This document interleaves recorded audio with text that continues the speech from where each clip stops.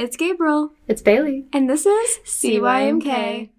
Hi, welcome to CYMK. Who are we speaking here with today? I'm Mark Epstein, Potter Deluxe. Ceramic artist, right? And you're here in town for a ceramic workshop here with the Concho Clay Studio, and we're so excited to have you. I'm excited to be here. Would you say you're mostly ceramicist? A ceramic artist Ceramic artist, okay. is the way I've always thought about it. Yeah. They always go round and round. Are you a craftsman? Are you an artist? And I have a friend who swears he's a craftsman. And I'm like, no, you're an artist because it's way more than just craft. You're not just making this one thing over and over again. You're putting your entire life into it. You know, so that's pretty much the way I've always felt about it. I'm a ceramic artist, and my business is not called pottery, it's called Clayworks. Yes, right. Because I'm making a variety of things out of clay. It's not just making pottery. And so it's not Mark's Pottery, it's Epstein Clayworks. Great. And it's always been that way because I didn't start out making pottery. I started out making weird, berserk things because that was your first entrance into clay, and going from two-dimensional to three-dimensional was just so berserk because I was an illustrator. I called myself an illustrator. I drew ever since I was a kid, and in high school really got into it, and then actually won scholarship money in high school to go to college. And so when I got to college, they made me take a clay class. And I argued with them, and they were like, no, you're going to take a clay class, a design class, a drawing class, and, you know, you go down the line, you take them all. And I'm like, fine. But by the second semester, I was hooked because all the drawings that I spent all this time trying to make look three-dimensional, all of a sudden I was making three-dimensional things. And that was just so cool to actually know this piece fully dimensionally all the way. I've had my fingers on every part of that piece. I haven't drawn it and kind of impressed the idea that it's round to you. So I still do a lot of drawing, but it's only, you know, displays for my brain to make three-dimensional. Great. Okay, so the first question I wanted to ask you was, it's a teapot workshop you're doing this weekend, so it's a focal point for the workshop. Why are you interested in the pouring vessels specifically for this workshop, or was it just random? No, it was specific for this group that I was going to do teapot workshop and show them hand building techniques as well as throwing techniques.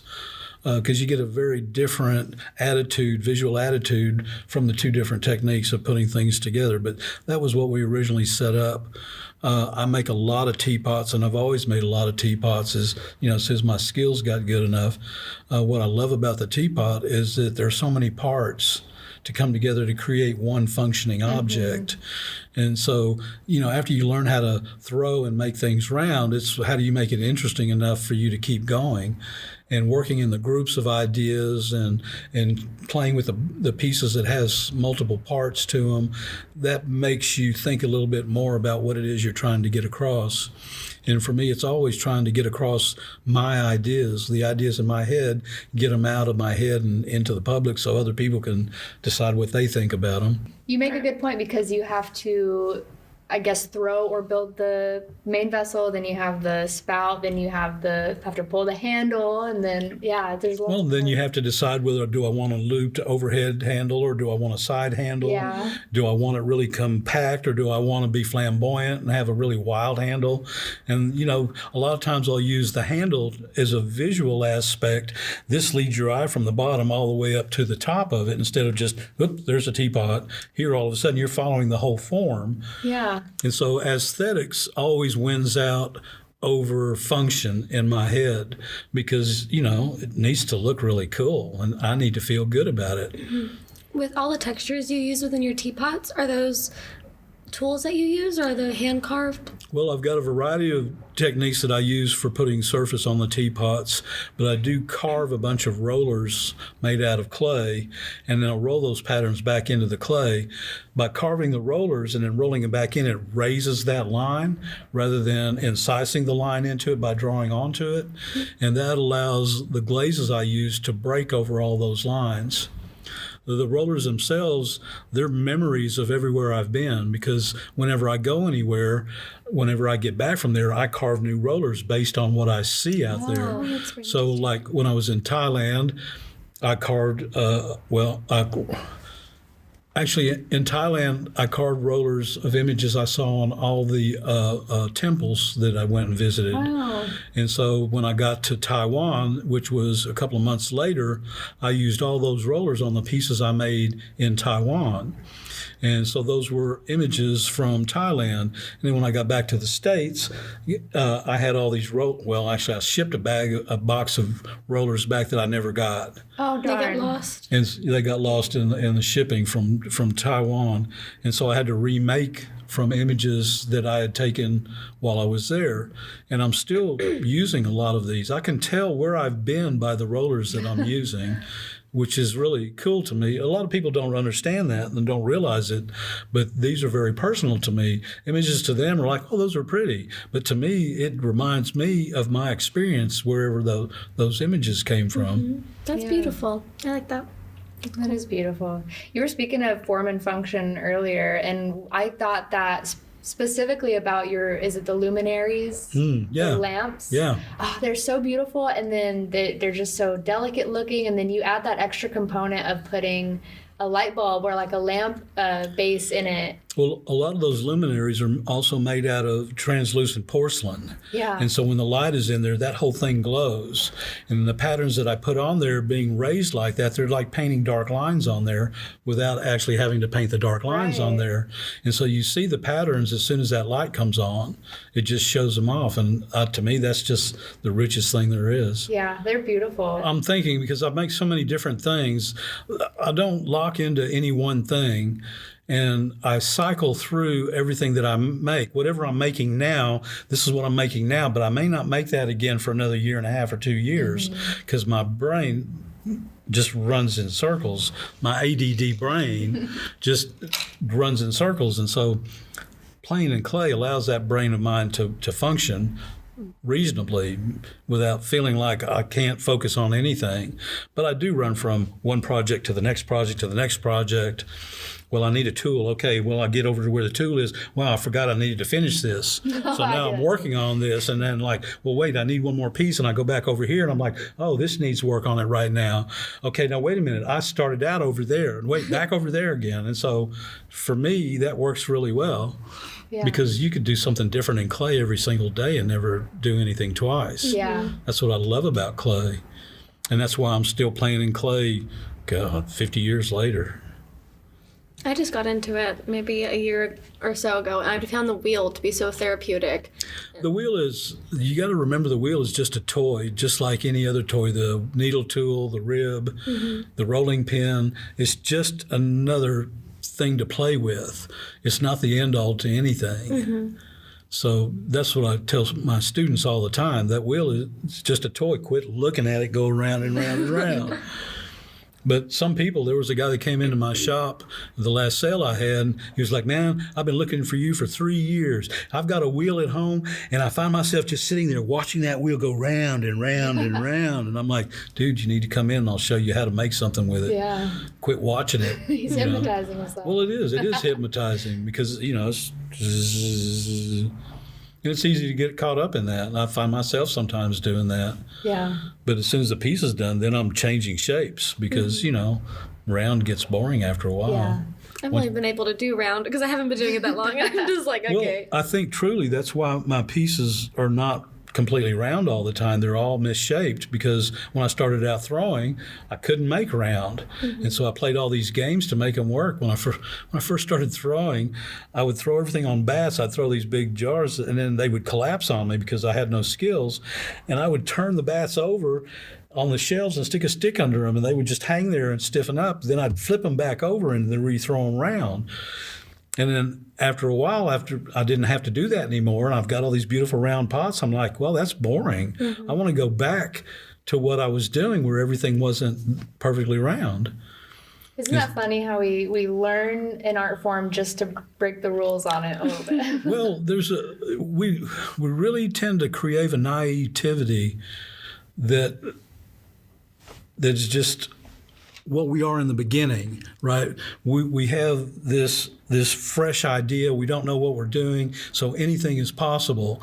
And then we focus down to make sure that we can get everything working the way we want. And you're like, wow, that's technically good, but now I want to give it some character. And so it was back to where I was.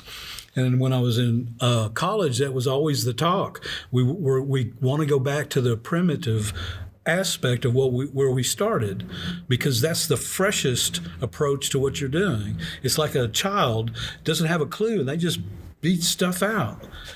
But we've got to the point where, no, I know this doesn't work, so I'm not doing that anymore, which is why I like teaching, because beginners don't know the rules, and that gives me courage many times to go back and do things that I know are not working for me or I knew didn't work for me at the time. So I want to then get it, back to where it was. And we talk to a lot of people that's the same way. They like that naivete. Yeah, I love that you never stop learning. I mean, even if you're not an artist, anybody, and that's a good attitude to have. If you're doing it right, you never stop learning. Yeah. There were students of mine, and I keep going back to them because they keep me alive. Having students in the shop keep me fresh. Yeah. And I love that because I'm still getting ideas from brand new students, and they don't realize it. They think that they've somehow copied me when I've seen what they're doing, and I go back and put it to work in my area of the studio. And I have to stop and explain to them, no, I watched you, and that gave me courage to go back and try this again. That's great. So that was one of the biggest reasons for teaching. Whenever I would tell students, I said, look, this is two-phase.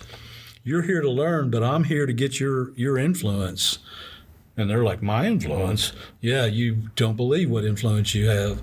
And that's about giving me the courage to go back and do things that I was never able to make work. There are students in Open Studio now, because I'll monitor it sometimes, and they're brand new to clay, and they try out things, and I'm just like, that's something that I wouldn't have even thought of, because I wouldn't follow the rules, like ABC, but they just hop to try different things. Well, that's the value of being in a varied group. I don't do beginning classes. I do classes, and I deal with each student on their own level. And so as part of that, the advanced students learn from the beginning students learn from the advanced students, and the intermediate people, they go both directions. And in all of that, then I pick up courage to move into new areas and try new projects. Yeah. So it's twofold. Otherwise, I wouldn't do it. If I wasn't getting anything out of it, there's no point to it. Yeah. Go ahead. So you said you did teaching. How long were you a professor for? Oh, I've been teaching part-time for probably 40 years. I taught in private art centers for years before I had a master's degree. Then at one point, I went back and got 2 master's degrees and started teaching in colleges and universities. I retired from Cedar Valley College 7 years ago after teaching there 20 years. In the last 5 years, I was head of the art department there. Wow. And so I taught all kinds of classes. But the problem with being a head of an art department is all of a sudden you're an administrator. You're not necessarily the teacher anymore. And so that's what really pushed me to retire early, because I got tired of all the bullshit. I hear that from so many of our... There are people, administrators are the first ones to come and go. I mean, teachers stay there for 20 years, and administrators they're gone every couple of years. And so the new one comes in and they decide, we're going to show you how to do this. And they're giving you all these ideas, and you're like, why are you telling me what to do? I've been doing this for 30 years already. I know what I'm doing here. And it's just like, do you have a master's degree in my area? Are you qualified to tell me how to teach? Well, no. Do you even have a master's degree? Well, no. Well, then you have no business telling me how to teach students. Yeah. You have 2 master's degrees. I have a Master of Arts and a Master of Fine Arts. So the Master of Art is in art, and the Master of Fine Arts is in ceramics. Great. Okay. That's cool. So what inspired you after getting that first one to go ahead and push for the second? Well, the program I was in, their master's program was divided into 2 parts. And so instead of like a lot of places where you get a 2-year program to get MFA, they were broken up 3 semesters MA, 3 semesters MFA. And by splitting it in half, that offered them the option to either invite you back or send you away, or it gives the student the option, well, I didn't really have a good time here getting this, I'm going somewhere else, or I'm leaving, I'm done. Okay. And so in the long run, the 2 master's degrees pays me more money in the teaching thing because they go on points when they're doing all the hiring. To me, it was just spending too much time in school. Yeah. And I almost quit after MA, and my graduate professor comes in and drags me into his office and says, no, you can't quit now. I said, I'm done with this. This is bullshit. I'm spending more time doing art history than I am working in the studio. Mm-hmm. And that's not what I came to school for. And so, without telling me, he's like, art history's not what got you here, and art history's not what's going to keep you here. But he couldn't tell me, don't worry about the art history. This is all about the studio. But, art history's not what got you here. Yeah. And so I did stick it out, and I had a really good time. And met a lot of really neat people, had a lot of neat experiences. And I'm glad I did, but I could see why a lot of people wouldn't want to keep going. Right. Well, kudos to you. That's amazing. Having 2 masters and yeah. I like people to know that I started out as an illustrator and, in the middle there somewhere, one turn, and that's your entire life. One turn, one direction, changed your whole direction of life. So you were an illustrator, you said, and then you got into clay and you liked that it was 3D, how you said. So was your earlier work more sculptural and then now it's more... Yeah. I only got into functional pottery because I was running out of money. And people want to buy pretty things. And if I make pots and I make bowls, I could sell those in the student sale and then go buy more clay. Yeah. And that was the whole deal. But no, I was making spacescapes. I was a pothead as a kid. Well, I'm still a pothead. And so, your mind just goes places. And so I'm doing all these weirdo drawings, a lot of pen and ink, a lot of stipple drawings, a lot of fine line drawings, just having a blast with it, watching everything go. But when I got into the clay, all of a sudden these flat pieces started getting 3-dimensional. But they were things that you stacked up on the floor. Mm-hmm. They weren't anything you were going to go use for anything. And in the first sales I started doing, carrying these things out to sales, everybody's looking at me going, okay, what do you do with that? Mm-hmm. And I'm like, I express my brain out of that. What do you mean? I completely see where you're coming from with that. And then a little at a time, I got more into function and more into function. But then, you get the skills down to get your function in line. Then it's how can you make it interesting? And so now everything is kind of fanciful. It's got a little character to it. It's got a little movement to it. It was funny because my second master's show, the title of the show was I Can't Dance. And the sign had all these footprints all the way around it. But every pot in there was twisted and turned, and people were looking at me go, bullshit. Man, every one of these are dancing all the way around this place. Yeah. And so, it was just really neat to see. A nice little work on words. Mm-hmm. Yeah. I love that you have found a way to combine just your passion with making it really cool and crazy and wild with the function that's going to sell and you're going to enjoy also working on it. Well, I got to the point after spending years going to show after show going, okay, look, they're buying ducks and spoons. They're buying painted saw blades. Why can't I sell stuff? Okay, this is what I made this year. I'm going to make this stuff next year. And I come in with this stuff next year. And they're like, well, where's the stuff you made last year? Oh my gosh. And so after a while, it was just like, forget this. I'm not chasing the market. Mm-hmm. I'm going to make what I want, and they're either going to buy it or they're not. So you don't feel put in a box anymore? You just kind of do what you do? I make pretty much what I want. That's good. Now, I've got a few odd things. Since I moved to Colorado, to get business, I have made a few touristy things, mugs with Pagosa Springs on them and postcards with Pagosa Springs on them, ceramic postcards. But, anytime I've ever found something like that where I want to try and make that to make quick money, it's always turned into more work than it's worth. And you're putting more work into it than you could get cheap money out of it. Mm-hmm. And so now, like I said, I just make what I want when I want, and if they buy it, fine. If they don't, fine. I've got a big yard. Everything can go outside. That's a good headspace to have, though. We had our Christmas ceramic sale this year, and it was our first one, and I was so worried about, every other student there was worried about what they were going to sell. Just make something that has you on it. People are going to buy it for you, and you're going to feel better Make about what you want to make, afterwards. sell whatever sells. Right. I mean, if you're happy making all the functional stuff and that everybody wants to buy for the kitchen, then that's fine. There's nothing wrong with that. But, don't find that you need to go chase down a market if that's what you don't want to do. Then it feels more like work than... Well, that's the whole point. How much fun is it when you're chasing down a market? For me, this has saved my life all this time. I keep going out and making stuff out of clay. And my brain just goes into happy mode. Look, a bad day in the studio is a better day than working anytime. Yeah. Right? That's great. Oh my gosh. That's a good quote. And I was like, I haven't thought about it like that. I just, once I can't get something right, I'm like, I'm going home. I can't do that. You have to think about that kind of stuff when especially if you're not selling a ton of stuff, but you're making the things that you want, and you're always wondering, well, look, I'm in love with this stuff. Why aren't other people feel the same way? Well, they're humans, and no human feels the same way.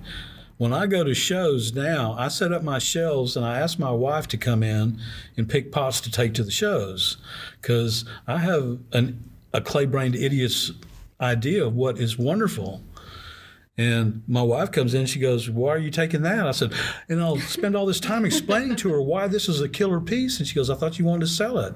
I go, well, what would you put in its place? Well, what's wrong with that one there? I said, and I'll tell her what the reasons why I don't want to take that one. She goes, that one will sell. My wife is in tune with humans. Keeps you grounded. I'm a clay-brained idiot, That doesn't have any focus on what real people are looking for.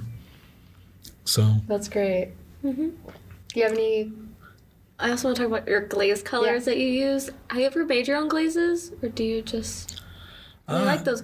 I do a lot of testing constantly. In my studio, I have more than 20 buckets of glaze.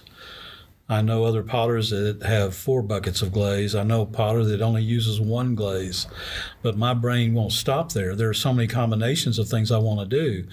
Plus, the layering of the glaze at cone 10 is how you get that depth of surface, depth of visual surface. That's why I like firing cone 10, because you get that depth of surface with those glazes, unlike low fire glazes, which are like flat color most of the time, or mid-range glazes where you really have to layer a lot of different glazes to get those kinds of surfaces to happen. And I know that you can get it at cone 6, but I guess I grew up with a bunch of old potters, and real potters fire cone 10. So that's where my brain is at. But I love the surface of the clay and the surface of the glazes at that temperature.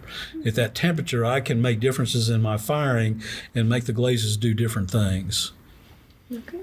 And even now, I just mixed another new glaze in the studio. And when I get back, we'll mix even one more new glaze. And, I've been using most of those glazes for 30 years. That's cool. So that's what always blows my mind is it's so much science as it is art. Because, gosh, the chemicals and the cone firing. Well, that was what I said all the way through the beginning of school is I don't need math and science. I'm an artist. Yeah. I don't need all that crap. And then I got into clay, and it's like, oh my God, as soon as I got into glazing, I'm like, shit, math and science. It shrinks 12% in the kiln. Well, even worse than that, you're trying to match materials in a glaze to make it work the way you want. So then you have to learn about the materials. You have to learn about the molecular weights. You have to learn how to combine those together without them running all over the place. Yeah. And so it's just practice, practice, practice, and you just keep playing. It kind of gives me a headache trying to think about it, trying to Well, it took forever for me to get into glazing. I was just as happy as I could be with my pieces at a leather hard state. They were that perfect gray color. Yeah. And as soon as they dried, I lost interest in them. And as soon as they were bisqued and they were pink and hard, I was just like, yeah. Yeah. How interesting. How do I make that come alive again? So in that process, I started getting into glazes, but that was way down the line. I'd have been just as happy if I never had to glaze a piece. I would have been really happy if I could have found a partner. Here, look, I made it. Now you glaze it. That's how I was the semester I was doing a lot of ceramics because, gosh, I would work so hard on making it perfect, and then the glaze would just run or it would not look right, and I was like, forget like it. something that doesn't turn out right. I was so discouraged. Pottery is a lot of practice. Yeah, it is. But it People gives don't you- realize, they're like, why is this so much money? And you're like, you don't know how many years people have spent learning how to do everything. That's what somebody asked. Well, how long did it take you to do that? I said, well, let's see. I'm 67 now. It's taken me 47 years. Yeah, To no get joke. to no. But how long did it take you? I'm still learning. Mm-hmm. It's still a trek. And as long as you're still learning, you're doing it right. As soon as you decided Yeah. you can't learn anymore, it's time to bury you and put you away, or cremate you and put you in a glaze. In the kiln. Put them in the kiln. That's so cool. I want to raku a pot or a vessel and put my dog's ashes in it and like put her hair over it, and I think that's cute. What a process. And put my hair with it, and then we could be like one together. I've done that many times. A friend of mine died recently, and as he was dying, we were having conversations fairly often, and he says, I'm going to send you a box of ashes. And I was going, well, please don't be in a hurry to send me those ashes. But if you send me ashes, I'll do something with them. Oh my goodness. And so I made all these little discs with his picture. He had sent me a picture of him at the beach waving. And so a friend of mine does 3D printing. I got him to print 2 stamps, one with his picture on it and one with his signature on the back. And I made all these things to hand out to all the people that knew him. Let me see if I can find a picture of it. But it was just so cool because it was my friend Gary. That's an amazing memorial. I It love had that. the clay has his ashes in it. Oh my goodness. And then people were just so thrilled to be able to get these remembrances of Gary. And it's a piece of him, literally. Well, yeah, his ashes were in all of That's them. cool. Oh, that's sweet. And as it turned out, they used this photograph on his memorial. What are the odds? And so I had no clue. I got the memorial long after I'd done these. And so one side is his picture, and then the other side is his signature. And then so when Mary Lou got him, she was like, you even did his signature. I said, well, heck yeah. Oh, yeah. But people were just so thrilled to get these things. It was just amazing. That's very precious and personable, and Yeah, that's literally one of a kind. Like, you can't get more unique than that. That's wild. I like that you can like encapsulate like a person, and not just with the ashes wise, but just a person in general through art. I think that's beautiful. Well, it's been a joke between my wife and I that there's a bucket of glaze in the back of the studio. That's where my ashes go. But she jokes and tells everybody, yeah, I'm firing Mark in the kiln. I always think that's going to be a good place to hide a body if you ever need it. Well, Gosh. I've made a few threats in my time. And I tell them, well, especially at the school, when on first day of class, I'd go, okay, now, if you don't follow the rules, you go away. And unlike when you get cremated and they only fire you to 2,000 degrees and there's all these bone parts left, we fire to 2,400 degrees.